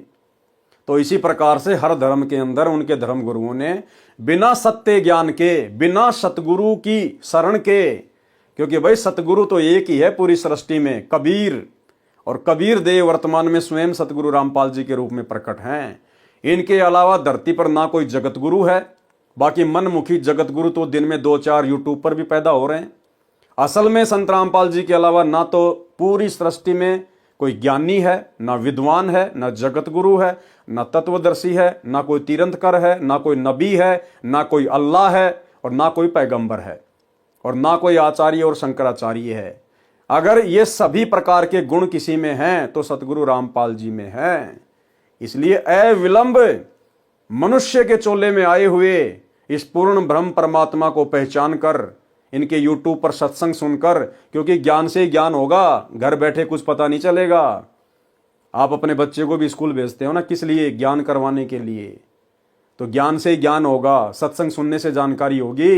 विलंब अपने परमेश्वर को पहचानिए।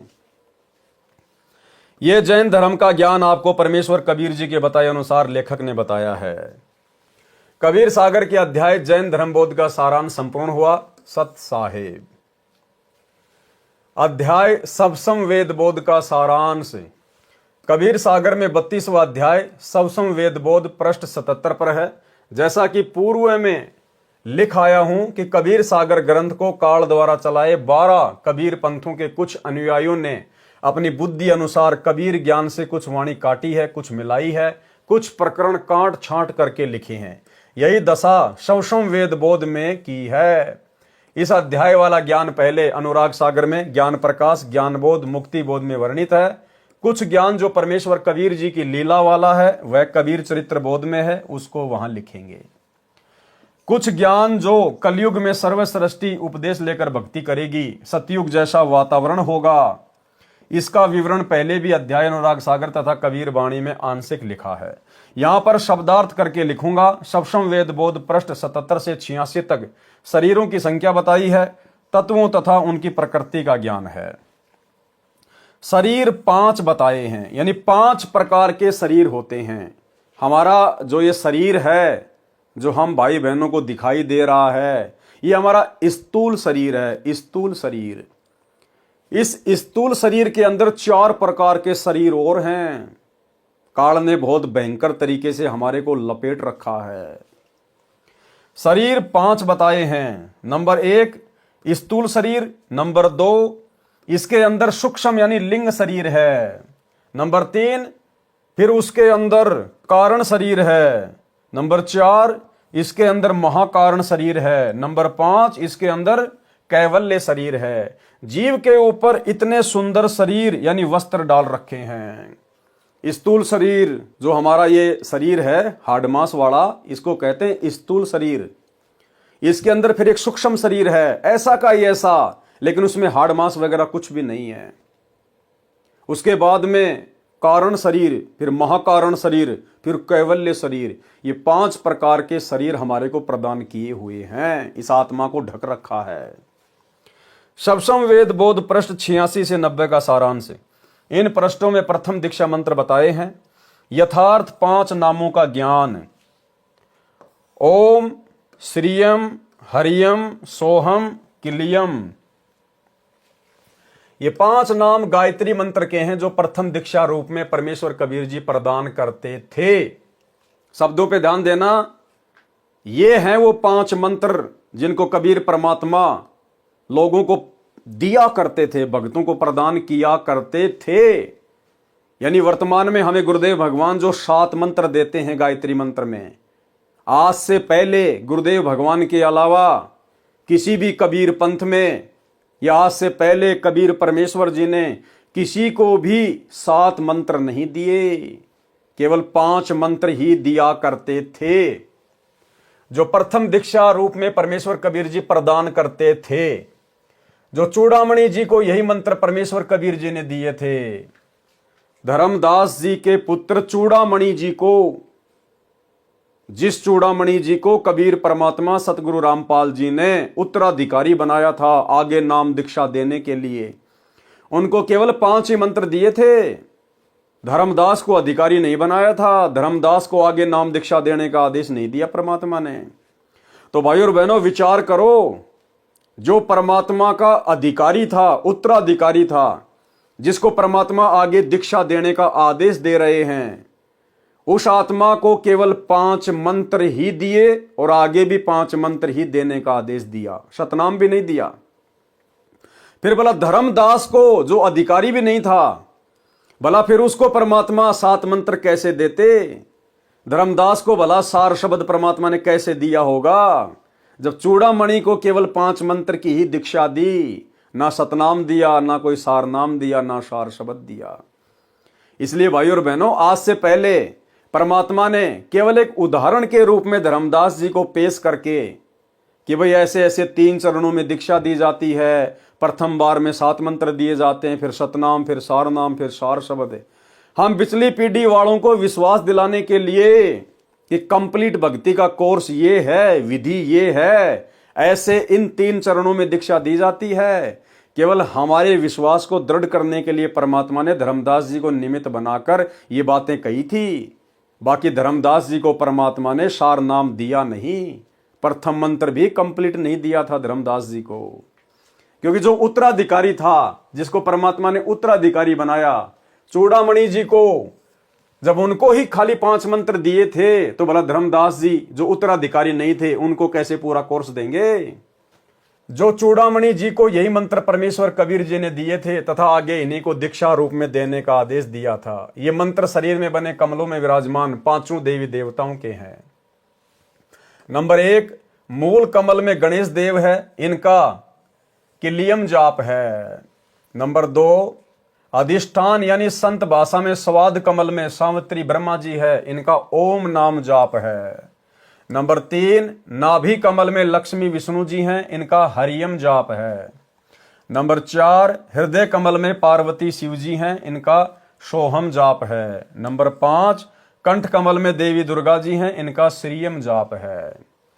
किसी भगत भाई बहनों को ये मंत्र सुनकर गलतफहमी ना हो जाए कि भाई मंत्र तो लिखे हुए हैं, क्यों ना हम इन मंत्रों को जाप करने लग जाएं।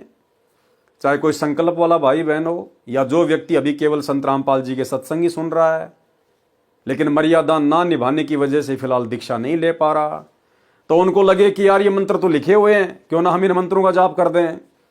चाहे सुबह से लेकर शाम तक पूरी जिंदगी जाप करते रहना। जब तक अधिकारी से आदेश लेकर, अधिकारी की आज्ञा लेकर और अधिकारी से ही ये मंत्र नहीं लोगे, तब तक ये मंत्र काम नहीं करते, उल्टा नुकसान करते हैं, उल्टा नुकसान। आप बिना किसी डॉक्टर के परामर्श के, बिना किसी डॉक्टर की सलाह के और केमिस्ट की दुकान में जाकर, मेडिकल की दुकान पर जाकर, जहां पर लाखों करोड़ों दवाइयां हैं, आप उनमें से कोई भी दवाई उठा के खाने लग जाओ कि ये तो दवाई तो है, और कहते हैं कि दवाई से रोग कटेगा। अरे भैया, कौन सा रोग कौन सी दवाई से कटेगा, उसके कोडवर्ड होते हैं, वो केवल वही बताएगा जो अधिकारी है, जो जानकार है। तो मनमुखी कोई भी भाई बहन इन मंत्रों का जाप ना करें।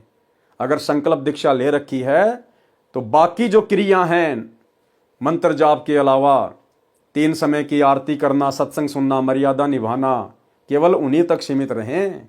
गुरुदेव ने बताया ध्यान से सत्संग सुनना भी मंत्र जाप करने में आता है, उतना ही लाभ मिलेगा जितना मंत्र जाप करने वाले को मिलता है। और यदि मर्यादा में नहीं है और मंत्र जाप कर रहा है, वो चाहे नाम उपदेशी हो चाहे संकल्प वाला हो, किसी प्रकार का कोई लाभ नहीं है। तो भाई अधिकारी केवल वर्तमान में ये कंप्लीट मंत्र देने के इस पृथ्वी पर सतगुरु रामपाल जी हैं, और उनकी आज्ञा लेकर या उनके हिसार जेल से बाहर आने के बाद ही आप इन मंत्रों का सही प्रकार से उच्चारण करके लाभ उठा सकते हो। यदि मनमुखी रूप से जाप करोगे, परमात्मा की कृपा से बहुत दूर हो जाओगे। ये 5 नाम हैं जो प्रथम दीक्षा रूप में परमेश्वर कबीर जी दिया करते थे। ये तो केवल भाई बहनों को विश्वास दिलाने के लिए कि जो मंत्र 650 साल पहले कबीर जी दिया करते थे, वही मंत्र वर्तमान में दिए जा रहे हैं संत रामपाल जी के पंथ में, ताकि लोगों को विश्वास हो। क्योंकि ये मंत्र सारे के सारे कबीर सागर में लिखे हुए हैं, गुरुदेव भगवान ने हमें कई बार सत्संगों में दिखाया है। ये 5 नाम है जो प्रथम दीक्षा रूप में परमेश्वर कबीर जी दिया करते थे। इन्हीं मंत्रों का संकेत श्री नानक देव साहिब जी ने अपनी अमृतवाणी में दिया है। एक पुस्तक जो गुरु अमरदास जी द्वारा तेय ताप की कथा में लिखे हैं, बाद में इनको देवी देवताओं के मंत्र पूजा जानकर त्याग दिया गया। यही समस्या धर्मदास जी की 6ठी पीढ़ी वाले के सामने टकसारी पंथ वाले, काल वाले कबीर पंथ के 5वें ने पैदा करके ये वास्तविक मंत्र छुड़वा दिए थे, जो नकली 5 नाम आदि नाम, अजर नाम, अमर नाम, पाताले सप्त सिंधु नाम आदि आदि, जो अध्याय सुमरण बोध पृष्ठ 22 पर अंकित है, दीक्षा में देने लगे। परमेश्वर कबीर जी ने कहा था कि जिस समय कलयुग का दूसरा चरण भक्ति का चलेगा, तब 7 नाम का प्रथम मंत्र दिया जाया करेगा। क्या कहा था परमात्मा ने 650 साल पहले कि भाई जो कंप्लीट प्रथम मंत्र में जो 7 नाम हैं, वो तो जब कलयुग की बिचली पीढ़ी चल जाएगी, भक्ति युग शुरू हो जाएगा, यानी आज का समय, उस समय ये सातों मंत्र दिया करेंगे। इसका मतलब आज से पहले 7 मंत्र किसी को भी नहीं मिले। केवल सतगुरु रामपाल जी ने, इस कबीर परमात्मा ने ही इस कलयुग की बिचली पीढ़ी में ये सातों नाम की दीक्षा अपने भक्तों को देनी थी। परमेश्वर कबीर जी ने कहा था कि जिस समय कलयुग का दूसरा चरण भक्ति का चलेगा, तब 7 नाम का प्रथम मंत्र दिया जाया करेगा और शतनाम तथा सार नाम देकर सर्व उपदेशियों को मुक्त करेंगे। जो मर्यादा में रहेंगे अंत तक वे मुक्त होंगे, बकवाद करने वाले नहीं, इन आश्रमों से जुड़कर राजनीति करने वाले नहीं, स्टेडियम बनाने वाले नहीं, हॉस्पिटल बनाने वाले नहीं, जाट भवन बनवाने वाले नहीं, हिंदुओं के साथ मिलकर मुसलमानों का विरोध करने वाले नहीं, धनाना आश्रम में तरह तरह के पाखंड शुरू करने वाले नहीं, धनाना गांव वालों के लिए बस चलाकर, एम्बुलेंस चलाकर, रोडे बनवाकर चापलूसी करने वाले नहीं, गंदी राजनीति करने वाले नहीं, रक्तदान दे दान में पड़े हुए लोग नहीं। वही पार होगा जो अंत तक मर्यादा में रहेगा और अपनी भक्ति सफल करेगा। जो 13वां कबीर पंथ चलेगा, तब संपूर्ण मंत्र उपदेशी को दिए जाएंगे। अब देखो, संपूर्ण मंत्र यानी प्रथम मंत्र, फिर दूसरा सतनाम, तीसरा सारनाम और चौथी अवस्था में सार शब्द, ये कब दिए जाएंगे? जब 13वां कबीर पंथ चलेगा, तब संपूर्ण मंत्र उपदेशी को दिए जाएंगे। अब तक मूल ज्ञान तथा मूल शब्द यानी सार शब्द छुपा के रखना था। तो बताओ, धर्मदास जी को कब दे दिया, किसने दे दिया? गुरुदेव जो बार बार कहते हैं ना कि धर्मदास को सार शब्द दिया, सार नाम दिया, परमात्मा ने नकली बंदूक पकड़ा रखी थी, क्योंकि परमात्मा ने यह प्रमाणित करना था कि बिचली पीढ़ी वालों को विश्वास हो जाए कि हाँ, किस प्रकार से दीक्षा दी जाती है, क्या क्या वो मंत्र हैं, कितने चरणों में दीक्षा दी जाती है। केवल एक प्रमाण के रूप में परमेश्वर ने धर्मदास जी को नकली बंदूक पकड़ाई थी। जब 13वां कबीर पंथ चलेगा, तब संपूर्ण मंत्र उपदेशी को दिए जाएंगे। तो भाई 13वां कबीर पंथ तो सन 1994 से सतगुरु रामपाल जी ने चलाया है, अब मिल रहा है वो कोर्स। तब संपूर्ण मंत्र उपदेशी को दिए जाएंगे। अब तक मूल ज्ञान तथा मूल शब्द यानी सार शब्द छुपा कर रखना था। प्रमाण कबीर बाणी अध्याय में पृष्ठ 137 पर तथा अध्याय जीव धर्म बोध पृष्ठ 1937 पर कहा है, धर्मदास तो है लाख दुहाई, सार शब्द बाहर नहीं जाई।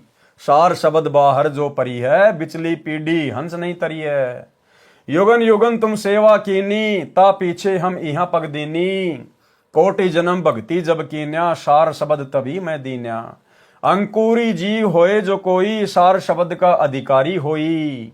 सत्य कबीर प्रमाण बखाना, ऐसे कठिन है पद निर्वाणा। इतनी आसानी से यह मंत्र नहीं मिलेगा, सार नाम सार शब्द। जो अंकुरी हंस होगा, अंकुरी भगत होगा, केवल उसी के ऊपर दया होगी। गुरु को मानुष मानने वाले, दाढ़ी मूछ वाले, नकली कबीर को भगवान मानकर जून के महीने में कबीर प्रकट दिवस मनाने वाले, गुरु का 8 सितंबर के दिन अवतरण दिवस के नाम पर जन्मदिन मनाने वाले, गंदी राजनीति करने वाले, स्टेडियम बनाने वाले, तरह तरह के पाखंड करने वाले, वे अंकुरी हंस नहीं है, वे उस शब्द के अधिकारी नहीं है। यह वाणी जीव धर्म बोध पृष्ठ 1937 पर लिखी है। कबीर वाणी अध्याय में पृष्ठ 137 983 पर, धर्मदास मेरी लाख दुहाई, मूल शब्द बाहर ना जाई। पवित्र ज्ञान तुम जग में बाखो, मूल ज्ञान तुम गुप्त ही राखो। मूल ज्ञान जो बाहर पर ही, बिचली पीढ़ी हंस नहीं तरही। 33 अरब ज्ञान हम भाख्या, मूल ज्ञान गुप्त हम राख्या। कि हमने और हर प्रकार का ज्ञान दिया, 33 अरब वाणियां हमने बोली, लेकिन जो मोक्ष वाला ज्ञान है, जो मोक्ष वाली वाणियां हैं, जो मोक्ष मंत्र है, उनको हमने छुपा के रखा, गुप्त रखा। वो तो केवल सारा का सारा खजाना वर्तमान में बिचली पीढ़ी में खोलना था। 33 अरब ज्ञान हम भाख्या, मूल ज्ञान गुप्त ही राख्या। मूल ज्ञान तुम तब लग छिपाई, जब लग 12 पंथ ना मिट जाई। उपरोक्त अमृतवाणी के प्रमाण से स्पष्ट हुआ कि मूल ज्ञान यानी तत्व ज्ञान तथा सार शब्द अब छुपा कर रखना था। इसी पृष्ठ 137 983 कबीर वाणी में यह भी लिखा है, 12वें पंथ प्रगट होए वाणी, शब्द हमारे की निर्णय ठानी। यानी गरीबदास जी के 12वें पंथ में तो केवल परमात्मा की महिमा की वाणियां ही गाई जाएंगी। अस्थिर गरम का मर्म न पावे, ये 12 पंथ हमी को ध्यावे। कबीर जी की वाणियों को आधार बनाकर 12वां पंथ भक्ति करेगा, लेकिन वास्तविक ज्ञान और वास्तविक मंत्र उन भक्तों को ना मिलने के कारण वो अस्थिर घर यानी सतलोक को प्राप्त नहीं कर पाएंगे। और 12वें पंथ हम ही चलावें। फिर कबीर परमात्मा ने कहा कि आगे चलकर 12वें पंथ में मैं खुद ही आऊंगा। और 17 फरवरी 1988 को सतगुरु रामपाल जी के रूप में कबीर परमात्मा 12वें पंथ में प्रवेश कर गए। आदरणीय राम देवानंद जी को, जिसे हम अपना दादा गुरु कहते हैं, गुरुदेव भगवान ने उनको अपना मुंह बोला गुरु बनाया लोक दिखावे में। जैसे 650 साल पहले कबीर परमेश्वर जी ने पंडित रामानंद जी को अपना मुंह बोला गुरु बनाया था। तो 1988 में सतगुरु रामपाल जी ने 12वें पंथ में प्रवेश किया। 12वें पंथ हम ही चलावें, सब पंथ मिटाकर एक पंथ चलावें। और गुरुदेव ने अब वो वास्तविक सार ज्ञान मूल ज्ञान देकर धोती सी धोके रख दिए सभी धर्मों के सभी धर्म गुरुओं की, आचार्य शंकराचार्यों की। किसी की भी औकात नहीं है शास्त्र आधार से संत रामपाल जी के साथ में ज्ञान चर्चा करने की। तो भाइयों बहनों, 12वें पंथ उसी दिन समाप्त हो गए थे जिस दिन सतगुरु रामपाल जी ने सन 1994 में दीक्षा देनी शुरू की थी। भावार्थ, 12वां पंथ संत गरीबदास जी का है। प्रमाण कबीर सागर में कबीर चरित्र बोध के पृष्ठ 1870 पर संत गरीबदास जी का जन्म विक्रमी संवत 1774 में सन 1717 में गांव छुडानी में हुआ। फिर उनका पंथ चला। सन 1988 में मुझदास का आध्यात्मिक जन्म संत गरीबदास जी यानी 12वें पंथ में हुआ। अर्थात स्वामी राम देवानंद जी गरीबदास ये संत से मुझे यानी मुझ रामपाल दास को 17 फरवरी 1988 को दीक्षा प्राप्त हुई। अब तक मूल ज्ञान यानी तत्व ज्ञान तथा सार शब्द मूल शब्द छुपाकर रखना था। अब देखो भाई और बहनों, क्या है ऊपरवाणी कि 12वें पंथ हम ही चलावें। धर्मदास जी के माध्यम से कबीर परमात्मा ने 650 साल पहले लिखाया था कि 12वें पंथ में हम ही चलावें, यानी मैं कबीर खुद ही चल के आऊंगा। अब वो कबीर खुद चल के कब आया 12वें पंथ में? 17 फरवरी 1988 को दीक्षा प्राप्त हुई। अब तक मूल ज्ञान यानी तत्व ज्ञान तथा सार शब्द मूल शब्द छुपाकर रखना था। इससे सिद्ध है कि संत धर्मदास जी के पीढ़ी वालों के पास न तो तत्व ज्ञान था और न ही सार शब्द। ये दशा सभी कबीर पंथियों की है। अब जो नया 13वां पंथ चल रहा है, सभी नाम तथा तत्व ज्ञान सार्वजनिक किया जाएगा, यानी सभी को दिए जाएंगे। 7 नाम दिए जाएंगे, 7 नाम दिए जाएंगे। इसका मतलब आज से पहले 7 नाम किसी को नहीं दिए। 7 नाम तथा 5 नामों का प्रमाण कबीर सागर में ज्ञान स्थिति बोध पृष्ठ 85 तथा पृष्ठ 86 पर है। पृष्ठ 85 पर क्या लिखा है? मूल शब्द गुप्त है सारा। वो मूल शब्द, प्रथम मंत्र भी मूल शब्द है, सतनाम भी मूल शब्द है और सार नाम भी मूल शब्द है। क्योंकि सतनाम का मतलब होता है सच्चा नाम, तो प्रथम मंत्र भी देवी देवताओं का सच्चा नाम है और सतनाम जो 2 अक्षर का है वो तो है ही सतनाम, और जो सार नाम है वो भी सतनाम है, सच्चा नाम है। सतनाम का मतलब सच्चा नाम। तो मूल शब्द गुप्त है सारा, बिरले पावे शब्द हमारा। कोई बिरले भगत होंगे, कोई बिरला ही आत्माएं होंगी जो इस कलयुग की बिचली पीढ़ी में वो कंप्लीट कोर्स भक्ति का अपने सतगुरु से प्राप्त करेंगी। और बिरले कौन होंगे भाई और बहनों? क्योंकि एक ही गलती रही हमारी आज से पहले। हमें अनंत बार ये कबीर परमात्मा मिला, हमें अपनी शरण में लिया, भक्ति दी, लेकिन एक कमी के कारण हम लोग सतलोक नहीं जा पाए। और वो कमी थी, हमने गुरु रूप में आए हुए कबीर परमात्मा को कभी भी भगवान नहीं माना, कबीर नहीं माना। उनको केवल अपना गुरु माना और ब्रह्मा विष्णु महेश की भक्ति में लगे रहे। 650 साल पहले भी हमने यही गलती की, गुरु मान लिया कबीर जी को और भगवान गोविंद मानते थे ब्रह्मा विष्णु महेश को। इस कलयुग की बिचली पीढ़ी में यह गलती करने वाला कभी मोक्ष प्राप्त नहीं करेगा।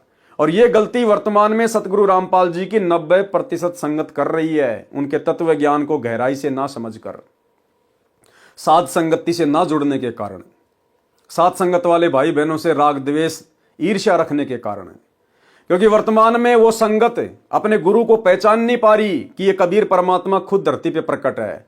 जैसे 650 साल पहले धर्मदास जी नहीं समझ पा रहा था, 64 लाख नहीं समझ पाए, सब फेल हो गए। वर्तमान में गुरु को कबीर जी के रूप में संगत नहीं मान रही है, नहीं पहचान पा रही है। और भगवान किसको मानती है? दाढ़ी मूंछ वाली मुर्दा फोटो को। जो कबीर जी की समझे जाने वाली फोटो है, दाढ़ी मूंछ वाली, उस कागज के टुकड़े को कबीर मान रही है संगत। इन आश्रमों में जून के महीने में उसको कबीर प्रकट दिवस मनाया जाता है। उस कागज के टुकड़े का, नकली कबीर का तो कबीर प्रकट दिवस, और अपने गुरु का जो कि असली कबीर है 8 सितंबर के दिन उसका जन्मदिन मनाया जाता है अवतरण दिवस के नाम पे। तो कैसे मोक्ष प्राप्त करोगे? वही गलती करते आ रहे हो और वही गलती तुम आज भी कर रहे हो। इस गलती से छुटकारा यदि वर्तमान में किसी को मिला है पूरी पृथ्वी पर, पूरी सृष्टि में, केवल सत्सेवक भाई बहनों को, साध संगति से जुड़ी हुई आत्माओं को। हमने अपने गुरु को ही अपना इष्ट मान लिया, अपना भगवान, अपना कबीर मान लिया, और वो दाढ़ी मूंछ वाली कबीर जी की नकली फोटो, मुर्दा फोटो, वो कागज का टुकड़ा हमने फाड़ फाड़ के सोशल मीडिया पर वीडियो बना बना के आप लोगों को भी समझाना चाहा। हम सत्सेवकों के घरों में, हमारे दरबार में, हमारे गले के लॉकेट में कभी भी आपको वो दाढ़ी मूंछ वाली कबीर जी की नकली भगवान की फोटो देखने को नहीं मिलेगी। केवल एक असली परमात्मा सतगुरु रामपाल जी की ही फोटो मिलेगी। तो ये गलती वर्तमान में केवल सत्सेवक करने से बच गए गुरुदेव के आशीर्वाद से। बाकी सतलोक आश्रमों से जुड़ी हुई 90% संगत वही महागलती कर रही है, जिस महागलती के कारण युगों युगों से हम लोग नरक भोग रहे हैं। भगवान मिलने के बाद भी हम उसको प्राप्त नहीं कर पा रहे।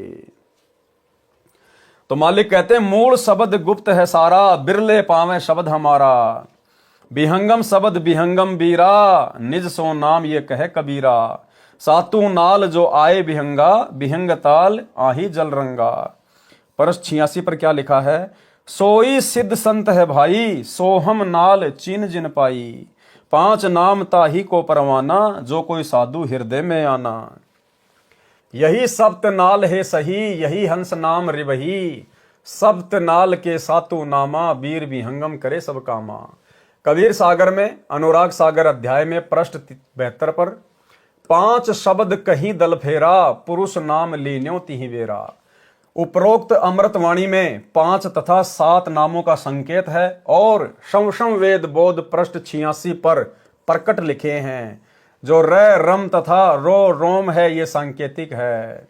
नामों का लाभ क्या है? पृष्ठ 87 पर सप्तम वेद बोध में सोहम नाम के जाप का लाभ बताया है। सोहम बीज को अंकुर ज्ञाना, आल बाल भक्ति मैसाना। भावार्थ, सोहम मंत्र का जाप पूर्ण संत से लेकर करने से आल बाल अर्थात ओली बोली यानी अथाह भक्ति जमा होती है। पृष्ठ 89 सप्तम वेद बोध में लिखा है कि हरियम स्थिति बीज पृष्ठ हुई, आल बाल तिहि माया होई। भावार्थ, हरियम नाम के जाप से आलवाल यानी अथाह धन माया हो जाता है। आप जी को बताया है कि परमेश्वर कबीर जी ने स्पष्ट कर रखा है कि मूल ज्ञान पहले नहीं बताया, उसमें अधूरा ज्ञान बताया है। यानी पहले किसी को मूल ज्ञान नहीं दिया, केवल अधूरा ही ज्ञान, अधूरा ही नाम दिया जाता था। उसमें अधूरा ज्ञान बताया है। सार नाम तथा मूल ज्ञान अब स्पष्ट किया जा रहा है। पृष्ठ 91 पर सप्तम वेद बोध पर अस्पष्ट सत्य नाम भी लिखा है। जाते ओहम पुरुष भय अंसा, ओहम सोहम भय द्वय अंसा। पृष्ठ 92 से 107 तक सृष्टि रचना का अधूरा ज्ञान है। सृष्टि रचना का संपूर्ण ज्ञान पढ़ें इसी पुस्तक कबीर सागर का सरलार्थ के सारांश में, पेज नंबर 603 से 670 पर, जो कि आगे आएंगे वीडियो। पृष्ठ 105 106 पर बताया है कि जीव जिस योनि से मानव शरीर प्राप्त करता है उसका कैसा स्वभाव होता है, इसको पहले बताया जा चुका है। सप्तम वेद बोध पृष्ठ 108 तथा 110 पर काल जाल बताया है कि काल कैसे तीनों देवताओं से अपनी सृष्टि को चलवा रहा है, यह पहले के अध्याय में वर्णन हो चुका है। सप्तम वेद बोध पृष्ठ 111 पर तपतशिला पर जीवों से वार्ता। तो भाई और बहनों, आज के वीडियो में गुरुदेव भगवान के आशीर्वाद से केवल इतना ही। कल रात्रि 8 बजे दास के Facebook page Pawan Das is live के ऊपर जो लाइव वीडियो चलेगा वो फिर यहां से शुरू होगा कि तपतशिला पर परमेश्वर की जीवों के साथ में वार्ता, काल के साथ में वार्ता। तो भाई और बहनों, गुरुदेव भगवान के आशीर्वाद से आप और हम सभी भगत भाई बहनों ने इस भक्ति काल में, जिस समय काल का बुरी तरह से पहरा है। काल ने आश्रमों से जुड़ी हुई संगत को जबरदस्त तरीके से अपनी जंजीरों में बांध रखा है। किसी भी भगत भाई बहन की बुद्धि को ओपन नहीं होने दे रहा है। दिन रात प्रयास करके गुरुदेव भगवान समझा रहे हैं। हिसार जेल में बैठकर भी 1-1 घंटे के सत्संग हर सप्ताह दे रहे हैं। इधर से परमेश्वर ने साथ संगत वालों को खड़ा करके कई हजारों की संख्या में वीडियो बनवा दिए, प्रत्येक रहस्यों को उजागर करवा दिया। अपने कर कमल से लिखित पुस्तकों के ऊपर वीडियो बनवाए जा रहे हैं। फिर भी उन भाई बहनों की आंखें नहीं खुल रही हैं, तो उनके ऊपर काल का जबरदस्त पहरा है। सतगुरु रामपाल जी के बेटा बेटी भाई बंधु रिश्तेदार और कोऑर्डिनेटरों के रूप में काल बैठा हुआ संगत के सिर पर। आप और हमारा सौभाग्य, परम सौभाग्य, जो परमेश्वर ने आप और हमें ऐसे भयंकर जंजाल से निकालकर साथ संगति से जोड़ दिया, और आप और हमें ये सारी की सारी बातें बिल्कुल शीशे की तरह साफ साफ दिखाई दे रही हैं। तो भाई और बहनों, गुरुदेव भगवान की इस अनमोल रजा को इसी प्रकार से मर्यादा में रहते हुए साथ संगति से जुड़कर बनाए रखिए। अन्यथा भाई और बहनों, यदि ये समय हाथ से निकल गया, ये कलयुग की बिचली पीढ़ी यदि अमर्यादित भक्ति करने से और हमारे हाथ से छूट गई, ये शरीर छूट गया, ना जाने कितना लंबा समय लगेगा फिर परमेश्वर को अपनी शरण में लेने के लिए। तो भाई और बहनों, आज की वीडियो में केवल इतना ही। गुरुदेव भगवान हम सबको आज्ञा दें, इजाजत दें, आशीर्वाद दें। बंदी छोड़ सतगुरु रामपाल जी भगवान की जय हो।